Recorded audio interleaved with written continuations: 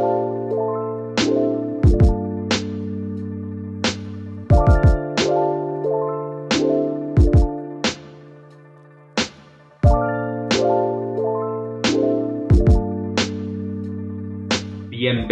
to the Bronze Titan podcast on YouTube. I'm your host, Benjamin Ramos. I'm an independent journalist and a longtime Cuba solidarity activist based here in New York City. And once a month, I'll be bringing you a podcast on the international movement to end the U.S. blockade against Cuba.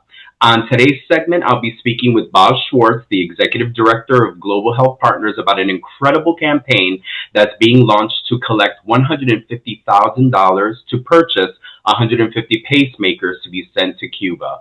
Welcome to the Bronze Titan, Bob. Thanks, Ben. Thanks for having me tonight. Wonderful, Bob. Let's get into it. This is an extraordinary campaign. Why is this campaign so necessary, and who's been initiating all of this amazing work? Good question. Global Health Partners has been working with Cuba now for more than 3 decades. This campaign is part of a humanitarian effort we've had with the Cuban Ministry of Health to provide them with priority items that they can't buy or get donated elsewhere. Over the years we've been working with them, we've donated more than $270 million worth of meds and medical supplies. Specifically, this campaign comes out of a request we had early last year. Cuba has roughly a 3-year backlog of cardiac patients that need pacemakers. You can imagine that. And it's a 3-year waiting list. It trivializes in a way what it really is, because nobody lasts 3 years on a pacemaker waiting list. You've got patients dying off and you've got new patients coming on. So bottom line, this is really a life and death issue. We began this campaign early last year, and we tend to work collaboratively. We've worked with almost all of the solidarity groups in the United States, and we decided that we'd have to do this involving Europeans as well. The pacemaker issue is very tricky in the sense that it's a direct problem caused by the embargo and by the SSOT designation. You've got 3 companies in the United States that basically control 85-90% of the pacemaker and cardiac market. None of them want to sell to Cuba for different reasons. One of the 3 has a policy that they don't deal with embargoed countries. 2 of the others don't sell in markets that they don't have a sales and a service force. So the bottom line is Cuba is cut off from U.S. companies willing to either sell or to donate to them. So we had to go elsewhere. Last year, we worked with the Europeans. We had a small goal. We were hoping to send 150, 200 pacemakers. We ended up sending 440 pacemakers to Cuba, which is, it's a staggering number. It's not a big part of what we do, but it's one of the most important. And, look, everybody in the United States knows family members, grandparents that have had cardiac issues that get pacemakers. You can get it if you're on Medicare or Medicaid, you get a pacemaker. In Cuba, if you don't have pacemakers, you're dead, plain and simple. So we decided to take that on. We shipped 440 pacemakers.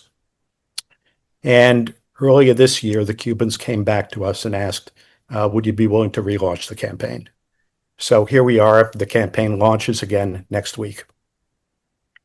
Extraordinary, Bob. Let's just talk a little bit about the challenges, and actually just to backtrack, Bob, remind our listening audience, when you say SSOT, what is that? Well, we're talking about the state sponsor of terrorist list. If you recall, in Trump's first term, he designated Cuba with terrorist list. And what that does is it has a tremendous impact. It may sound benign to some people, but what it does do is it prevents Cuba from accessing the world banking system. And that's, from my end, that's a big part of what it is the underlying problem of this particular issue. Cuba can't purchase pacemakers anywhere because it doesn't have cash. It can't do a wire transfer through the SWIFT banking system uh, with this designation. So it makes trade between Cuba and the rest of the world, I'm not going to say impossible, but very challenging. And it's a part of the problems that we encounter on a regular basis. This is not new to us. Earlier this year, I shipped $1.9 million worth of meds from the United States that ordinarily we were able to go direct, or we can go through Toronto. We go New York, Toronto, Havana. We go New York, Bogota, Havana. We go New York, London, or New York, Paris, Havana. After the pandemic, all of that commercial shipping was cut off. You can get on a plane and fly from any one of the cities I just mentioned and get to Havana, but none of them are taking commercial cargo. So it took us a good 4 months to find a routing that was comfortable for us and comfortable for Cuba because it was temperature controlled medication. That's a problem that we confront. But in this instance, one of the biggest problems that we confront on a daily basis with Cuba is companies that are not willing to sell. They're just not comfortable selling to a country with an SSOT designation. So that's the long story to what that designation stands for. And just to further remind our listening audience, Cuba's placement on the SSOT list is actually completely arbitrary. The United States doesn't have to provide any proof or have any real rationale. It has, and some of us may remember from our discussions with Ike Nahim of Cuba C Coalition, as well as Cheryl Labash of the NNOC, that again, arbitrary designations. Cuba was removed a few days before Trump was called into office, and within a week or two, was placed back on the list. Again, no proof needed, completely arbitrary, completely unfounded, makes absolutely no sense, but Cuba is on that list. And I'm sure that that wonderful lobby from Miami here in the United States is extremely happy about that. I was going to ask you a little bit about those challenges, and you already went into it, Bob. I mean, that's a massive challenge, being on the list, and then, of course, that affecting trade. What are other obstacles? Does Cuba policy, besides SSOT, does Cuba policy have a direct impact on this? Well, from where I sit, I've organized several major humanitarian programs for Cuba. 3 years ago, during the COVID pandemic, Cuba needed syringes to vaccinate its population. If you remember, Ben, Cuba was the only country in the world that invented two vaccines that have the same efficacy as the Pfizer and Moderna vaccines. So Cuba was at a tremendous expense. They manufactured their own vaccines. They did not have syringes.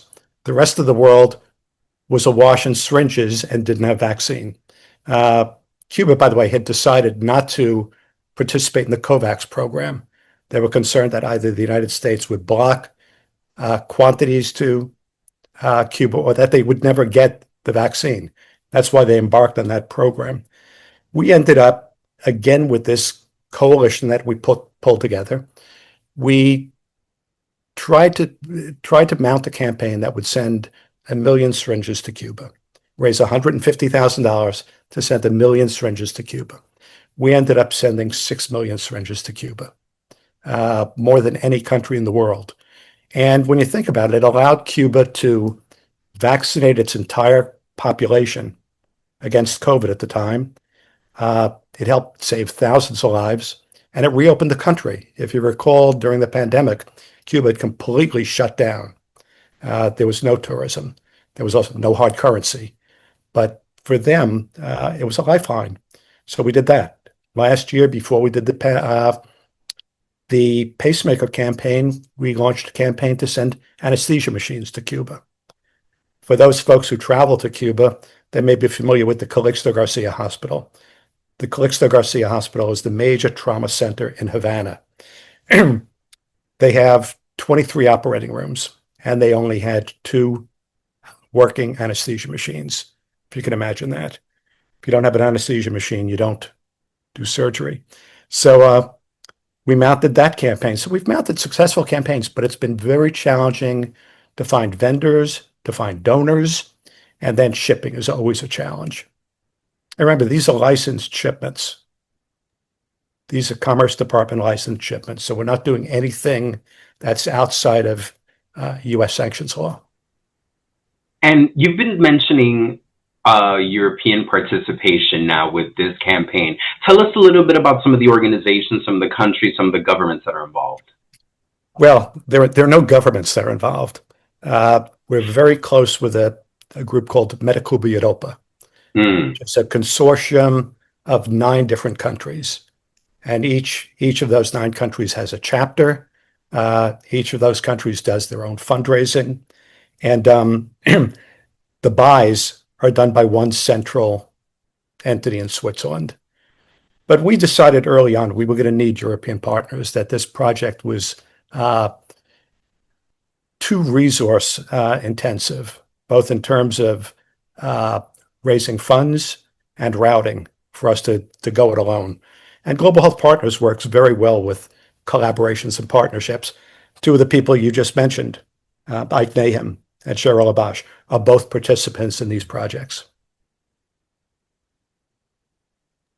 It sounds extraordinary. I mean, European participate, a consortium of 9 countries, which I'm sure are 9 countries that all supported the end of the blockade at the United Nations. Wonderful. Bob, so this campaign is about to launch.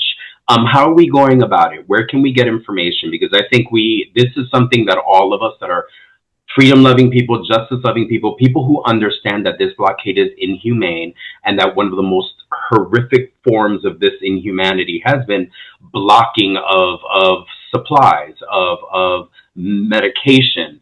I'm going to go off on a tangent. You mentioned COVID, and Cuba was so powerful. It was one of the first countries to send thousands of people out into the international community to spread that vaccine. Going out there, I believe it was brigades of like almost 4,000 to 5,000 people going around the world sharing this extraordinary, they're the 2 wonderful vaccines. So you brought that memory back to me, and it's extraordinary. But let's get back into it. We're launching this campaign. How can I, as a person who's listening to this from New York City, participate in this campaign? Well, there's a bunch of ways. There's the National Network on Cuba that'll be promoting this campaign. There's a Saving Lives campaign, which is a consortium here in the United States of 24 different organizations that will also be promoting the campaign. And then there's the Global Health Partners website, ghpartners.org. You can go there. You can get more information. Folks can make a donation. There's another element to this campaign that I do want to touch on, because a lot of our work is political. It's not just one of these humanitarian efforts. There's a reason why Cuba is confronting the crisis today that they're confronting, and we're launching this campaign along with an effort to block 2 things in the Congress. The most obvious one is called the Force Act, H.R. 450. And what H.R. 450 would do is it would codify into law the SSOT designation. So right now, as you correctly said, Ben, everything that Trump has done, he has done through executive authority, meaning he can designate Cuba as a terrorist state. The next president, if the next president so desires, can simply remove it. If H.R. 450 would have passed, the Force Act, it would codify this into law, just as Helms-Burton, just as the Cuba Democracy Act, and it would take an act of Congress then to remove this designation. So there's a very tight linkage between our wanting to send pacemakers to Cuba and at the same time trying to block this legislation. And the legislation has been launched by some of the most right-wing extremists in the Congress. Maria Salazar from Miami was the author of this legislation. So uh, I think that's equally important. We're happy to raise funds, but we also want to do advocacy work as well. Absolutely. And folks that are listening to this, to be very clear, to build upon what Bob has stated, HR 450 would make it, like Bob said, it would codify it. It would have to be an act of Congress. It would take away any incoming president's ability to take Cuba off of the SSOT. So it would be cementing it in law in a way that has never existed. And this is really an escalation of very much of anti-Cuba, anti-revolution rhetoric and politic, and it's scary because to take it away from the president's ability to manipulate and control means that the lobbying, the efforts, the focus would have to be on Congress. And I think a lot of us know that a lot of us who've done political prisoner work, a lot of us who've tried to work to free the Cuban Five, we know that going to Congress and moving Congress in a way we need them to move, it is not easy. So this would codify SSOT in a way that is terrifying. And I'm so glad it's another portion of this campaign because it's so intrinsically linked. Bob, I've never heard anyone explain it so succinctly and so well about how this SSOT designation really does have an impact on trade, how it has an impact on relationship building with Cuba. So, Bob, people want to support. When is this campaign launching? When am I, again, Bob said NNOC, Bob said Global Health Partners. These are the websites you're going to go to. When is this launching? How can people support? Well, people can go right now. We will launch officially next Tuesday, but there are campaigns out there right now by local organizations. And anybody who wants to go to ghpartners.org, welcome to come on, send a contribution. They're tax deductible. So we're up and running, and we'll be running through the end of August. Wonderful. So we're looking at what is this, 4 to 5 month campaign, 150 pacemakers. Bob, how many are we really going to raise? How many are we really going to buy? How many are we going to buy? Yeah. My hope is that we can go to 1,000 in total. We shipped 440 last year. Our goal is for 150. I think we'll surpass it, to be honest with you. We've got other projects that we're also supporting with Cuba. So if money were not an object, we would continue this project for the next year. But pacemakers are not cheap. We just got hit with a 20% increase in the price of pacemakers. We're paying ballpark $1,200 a pacemaker. So it's a significant challenge for us. To give you an example, Cuba right now has a shortage of suture. If you don't have suture, you can't do surgery. A little earlier, I gave you the example of anesthesia machines. If you don't have suture, you can't do surgery. We're going to be mounting a campaign after this to be able to send Cuba a sufficient amount of suture so they can do all the surgeries they need to do. So we're constantly struggling, Ben, to allocate our resources. And obviously, we're not a big organization. We've got to make life and death decisions in much the same way as the Cubans do. Those people that don't get pacemakers will not last all that long. But by the same token, there's a lot of emergency surgeries that are going on. And it's a constant struggle for us in terms of how we allocate our resources. And it's got to be the same thing for the Cuban Ministry of Health when they make these decisions. A doctor should not have to play God, plain and simple. A doctor should not be deciding who lives and who dies based on the lack of resources.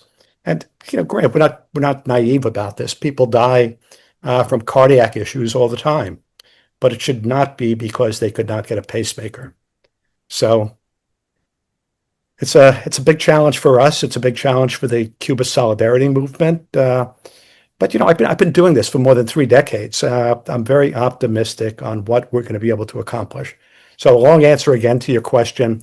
I hope we can ship at the end of the day. I hope that we end up shipping a total of 1,000 pacemakers. But initially, our goal right now is for 150. And we can do it, and we will do it. Everyone, you're listening to Bob right now. He's inspirational.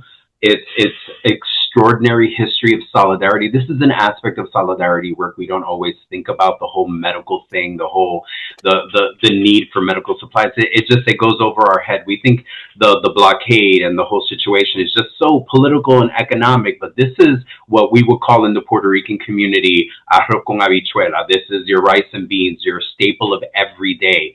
And we need to support Cuba the way Cuba has supported the international community.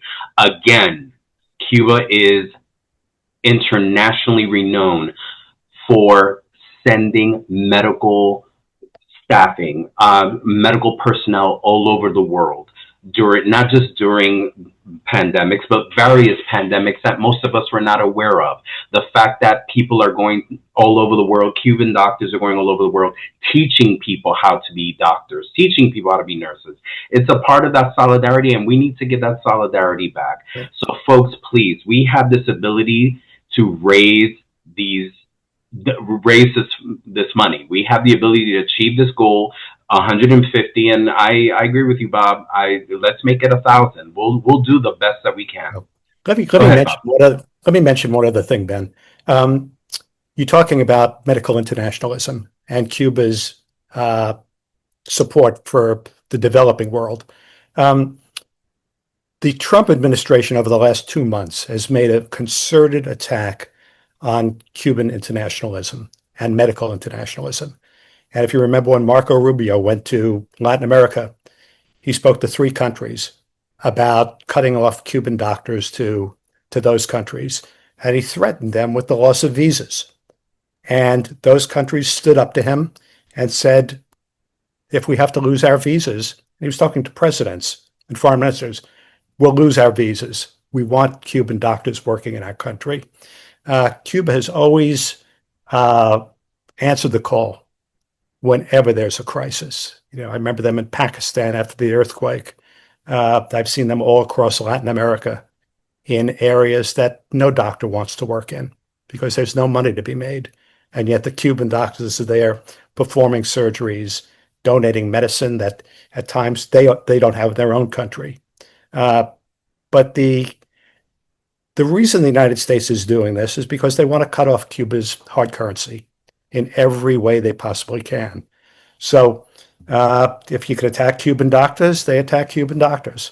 They'll do whatever they have to do. And my fear is that the Trump administration in the next couple of months is going to be ramping up pressure against Cuba, both economically and politically. So it's important that we all stand up for this. It's, pacemakers, but it's also standing up against the Force Act and standing up to support Cuba and their medical internationalism.